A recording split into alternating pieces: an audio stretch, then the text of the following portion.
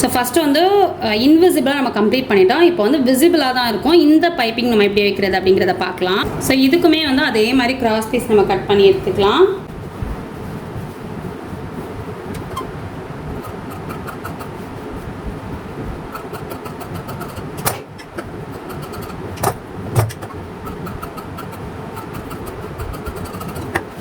சரி, ஜாயின் பண்ணிடலாம்.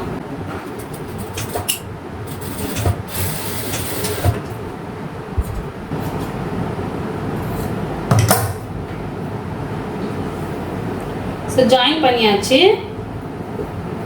நீங்கள் பைப்பிங்கும் மெயின் ஃபேப்ரிக்கும் ஜாயின் பண்ணிவிடுங்க. ஃபஸ்ட்டே வந்து நம்ம நார்மலாக பண்ணுவோம்ல அந்த மாதிரி ஃபஸ்ட்டு ஜாயின் பண்ணிவிட்டு அதுக்கப்புறம் தான் இந்த பைப்பிங் கொடுக்க போகிறோம். நான் வந்து ஒரு கிளாத் தான் யூஸ் பண்ணுறேன். நீங்கள் வந்து லைனிங்கே இதே மாதிரி அட்டாச் பண்ணிட்டு அதுக்கப்புறம் இந்த மாதிரி பைப்பிங் கொடுங்க. இதில் நம்ம என்ன பண்ண போகிறோம் அப்படின்னா ஃபஸ்ட்டு ஒரு பக்கம் நம்ம ஃபோல்ட் பண்ணி ஸ்டிச் பண்ணிக்கலாம்.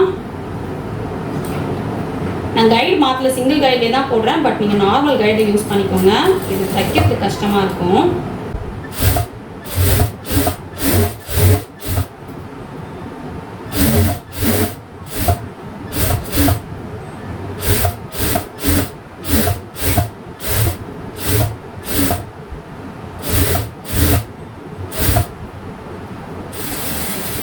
ஸோ இப்போ ஒரு பக்கம் நம்ம வந்து ஃபோல்ட் பண்ணி ஸ்டிச் பண்ணிட்டோம். ஸோ ஃபோல்ட் பண்ணி ஸ்டிச் பண்ணிவிட்டு இப்போது 1/4 இன்ச்சில் நம்ம அப்படியே கிராஸ் பீஸ் வச்சு தையல் போட்டுக்கலாம். இந்த பீஸ் வச்சு அப்படியே நார்மலாக தையல் போட்டுக்கலாம்.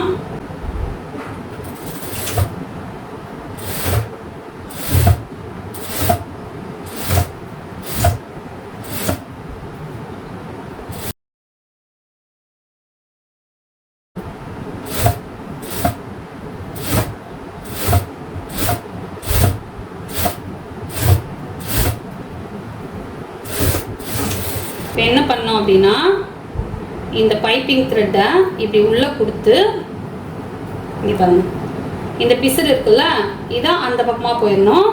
பைப்பிங் த்ரெட்டை இப்படி உள்ளே கொடுத்து கரெக்டாக இந்த எட்ஜில் ஃபோல்ட் பண்ணி இந்த கார்னரில் தையல் போடணும். ஸோ நம்ம வந்து கைடை சேஞ்ச் பண்ணி இந்த சைடு வராத லெஃப்ட் சைடு வர கைட் போட்டு தான் இது பண்ணணும்.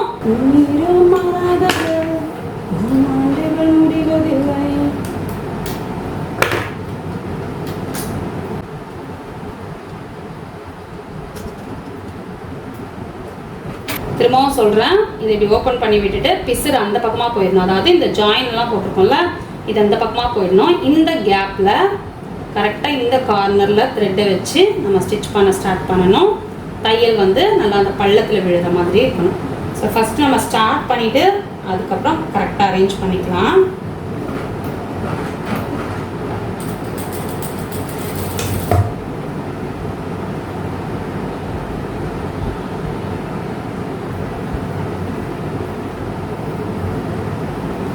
சரி, நம்ம கொடுத்துட்டு ஜஸ்ட்டு கரெக்டாக அது ரோல் கரெக்டாக இருக்கிற மாதிரி இருந்துச்சுன்னா தான் நமக்கு பைப்பிங் கரெக்டாக வரும்.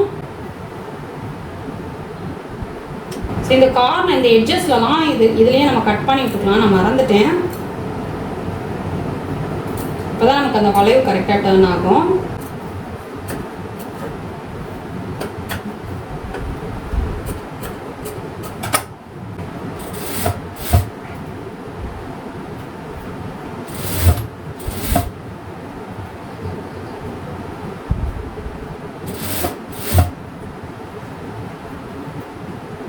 ஸோ இந்த நெக்கில் இந்த பைப்பிங்கில் கொஞ்சம் லைட்டாக வந்து ஷோல்டர் கிட்ட லூஸ் வர மாதிரி இருக்கும். அதனால் ஷோல்டர் ஜாயின் பண்ணும்போது நெக் சைடில் கொஞ்சம் அதிகமாக பிடிச்சி ஜாயின் பண்ணிங்க அப்படின்னா ஷோல்டர் ஃபால் ஆகாது.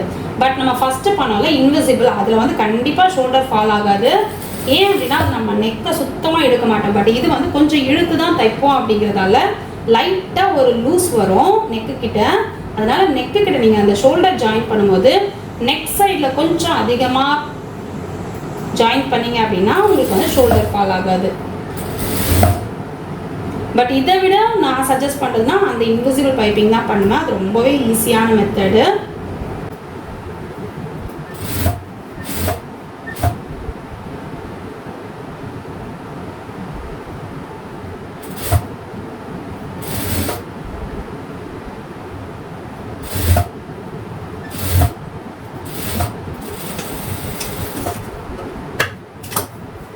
ஸோ இந்த பைப்பிங்கை நம்ம கம்ப்ளீட் பண்ணிட்டோம்.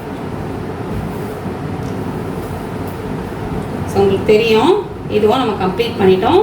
நீங்கள் வந்து கீழே இருக்கிற கிளாத்தை ஜஸ்ட்டு ஹெம் பண்ணோன்னா ஹெம் பண்ணிக்கலாம், இல்லை நீங்கள் வந்து தையல் போடுறதுனா தையல் போட்டுக்கலாம்.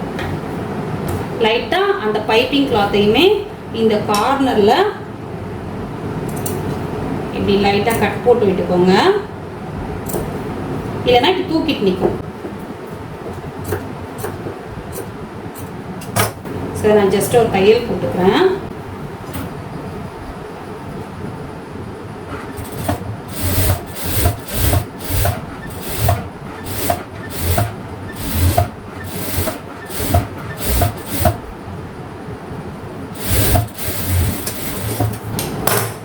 சரி, இப்போ நெக்ஸ்ட் மெத்தடும் நம்ம கம்ப்ளீட் பண்ணிட்டோம்.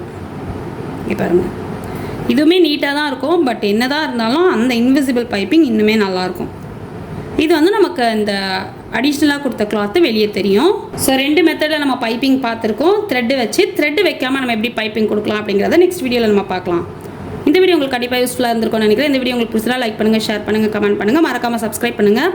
பக்கத்தில் இருக்க பெல் பட்டன் ப்ரெஸ் பண்ணுங்கள். நான் அப்லோட் பண்ண வீடியோஸ் எல்லாம் நோட்டிஃபிகேஷனில் வரும். தேங்க்ஸ் ஃபார் வாட்சிங்.